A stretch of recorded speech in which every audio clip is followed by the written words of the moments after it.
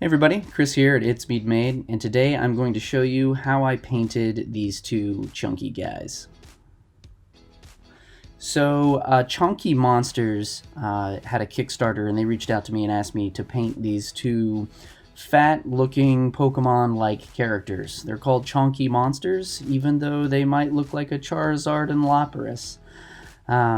But they're really cool models, and they asked me if I would be willing to paint them, and I said yes, absolutely. So one thing I do want to mention, they did not pay me, and I'm not endorsed by them in any way. This is just my process of some files that they sent me and asked me to print for them to help promote their Kickstarter. But you can see here, like, they're pretty solid looking models. This is actually in the Photon Studio, but what I usually do is support everything in ChitUbox. And they were not hollowed to begin with. I actually hollowed them, and what I use is Mesh Mixer to hollow it. But you can see that I got a really solid hollow. That just means it's a really good model. And I always put giant holes in the bottom of my hollowed models. I just find that the resin flows out a lot easier. You can get a lot more alcohol in there and swish it around and clean it. And when you have big holes like this, the light can get in there too, your UV curing, and you can actually cure the inside of it a lot better as well. But this is turned out to be a solid print. So here is the other chunky monster, or my fat Lapras. It was really fun. It's just so funny to see something that's so like sleek looking this obese, and it's morbidly obese. They actually had 4 other models, there's 4 models total that are chonky. But you can see here I hollowed it out in Mesh Mixer again, and I put 3 giant holes in there. And when I cured it, I was able to wash it really well and get the resin out of there easily. This was just a very clean and smooth print. Solid model, that's really what it means. The nicer the model, the easier the print always. So I threw them in my Photon and printed them in resin. I have the Fat Charizard right here, you can kind of see. And he turned out really well. They both did. So the next process was I threw them in the paint booth and laid down my primer with my airbrush. I use Vallejo primer. I love it. That's the bottle on the right. After everything was dry, I give it 24 hours to cure, and then I just take some regular paint. I just use hobby paint, so that is full cart paint, and I mix it directly into my airbrush. I know it's probably a bad thing to do. People say you shouldn't do it, but I do. And I mixed them together, added in some paint thinner, and it's some just DIY paint thinner, the stuff I've made. And then I just coat the whole guy, and I make sure it's got a really good layer of paint on it, and let that dry a little bit. And then once I let it dry a little bit more, I lightened up my paint by putting in some lighter orange in there, just so I can get some highlights. So I actually painted the top edges and trying to get some highlights on there for him, and it just gave a little bit more definition, especially to those fat wrinkles. It just made it look that much better. So after it's done drying, I then added in a bunch of yellow to this to like make the fire tail. So I wanted to get the base coat on my airbrush because I kind of wanted that overspray on the actual model. So the side of his face, you'll see the glow of the fire. So I didn't care if I accidentally got it on him in anywhere, but I was mainly targeting for that fire tail. So you can see there that it's actually starting to brighten up, and sometimes I would get too much, so I would just dab it with a paper towel. So this is my fat Lapras. And what I did was the exact same thing, but I mixed together 2 blues. I do a lot of mixing of just regular acrylic hobby paint. I don't really use airbrush paint that much because this stuff works just as good when you actually get a good amount of paint thinner in there. So I got my base coat, then I did the exact opposite. I actually added a lot darker, and I focused on those cracks and crevices and tried to fill those in.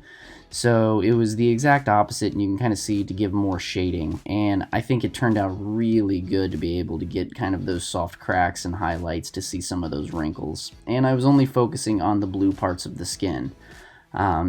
because the belly was a different color. So you can see this was the finished result of my Chonky Monsters, and they turned out really good. So once I get the base coat done, I move over to the brush, and I'm still using just regular acrylic paint.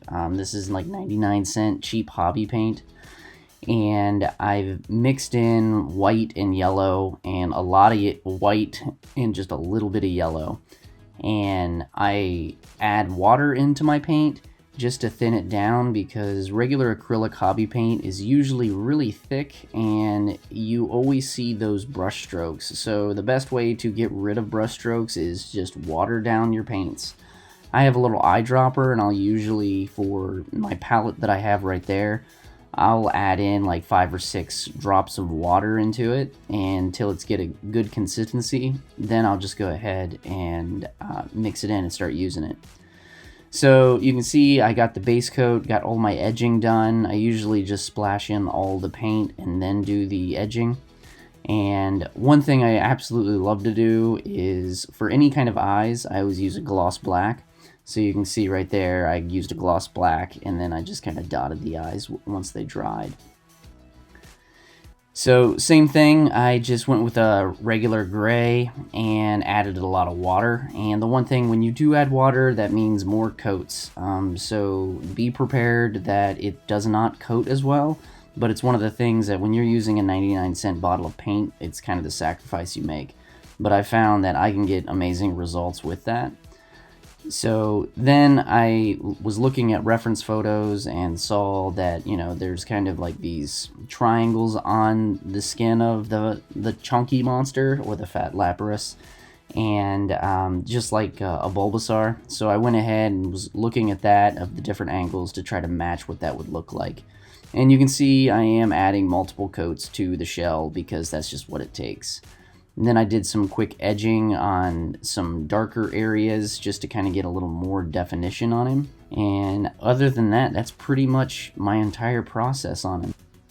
So jumping over to the fat Charizard now, I did pretty much the exact same thing. I was matching the belly color, the soft bottom color of his belly, and started with that. I always like to go with the bigger areas of paint first, and then go on to the smaller areas of detail. So once I got that all filled in and with a couple coats, then I moved on to the other areas. So you can see the edging was a little difficult because his hands, how they wrap around, and with lighter colors you're going to find you put a lot more coats on. And then I kind of did a custom mix to get the wing color, and that one went on really well, because dark colors you usually only need 1 coat, 2 maybe, just because of the pigment. And then I'm going back in, because I probably did 4 or 5 coats of just the stomach in different areas.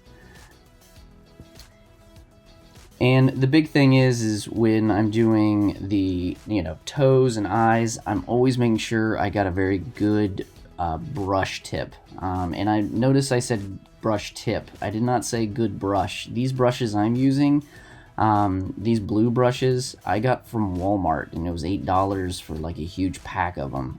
You don't need the best brushes in the world. You just really be able to keep a good tip on your brushes. I do have nicer brushes, but for the most part, my cheap brushes are just as good. So then I did a little bit of a wet mix for the tail. I know it's kind of hard to see right here because I was dragging it off, but I kept dipping in between. I did not water them down for the fire tail, and I was just kind of stroking it back and forth. Then I'm using my famous gloss paint again for his eyes, because it just gives a really good sheen. And that's it. These are the final results. I think they turned out really good. They're really simple paints, but they were really fun things to paint. They turned out great. Be sure to check out the Chonky Monsters. They do have an Instagram at Chonky Monsters, and you can kind of see their stuff there. They actually have like a Mewtwo and also a Gyarados. They both look really sweet.